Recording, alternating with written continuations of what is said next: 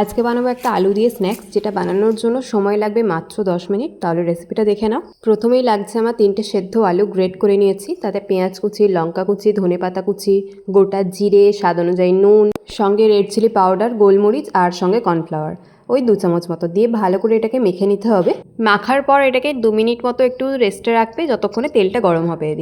এদিকে কড়াইতে আমি তেল গরম করতে বসিয়েছি। সাদা তেল গরম করে হাতে একটু করে তেল মেখে নিয়ে আর এইভাবে শেপ দিয়ে দেবো। তোমরা যে কোনো শেপ দিতে পারো। তারপর ফ্লেমটাকে মিডিয়ামে রেখে উল্টে পাল্টে সময় নিয়ে ভেজে নিতে হবে। ভেজে নিলেই কিন্তু রেডি আমাদের আলু দিয়ে ঝটপট একটা স্ন্যাক্স। খেতে ভীষণ ভালো হয় আর বাচ্চা থেকে বড় সবাই পছন্দ করবে। হঠাৎ করে বাড়িতে গেস্ট চলে এলে চা কফির সঙ্গে কিন্তু বানিয়ে দিতেই পারো। আমি একটু টমেটো কেচাপ দিয়ে সার্ভ করেছি। তাহলে চলো আজকের মতো এতটাই। বানিয়ে কিন্তু জানাতে ভুলো না। আর ঠিক কতটা মুচমুচে হয়েছে তোমরা দেখতেই পাচ্ছ। আজকের মতো তাহলে এখানেই শেষ করছি। আবার দেখা হবে অন্য কোনো রেসিপির সঙ্গে। ভালো থেকো, সুস্থ থেকো। আজকের মতো টাটা।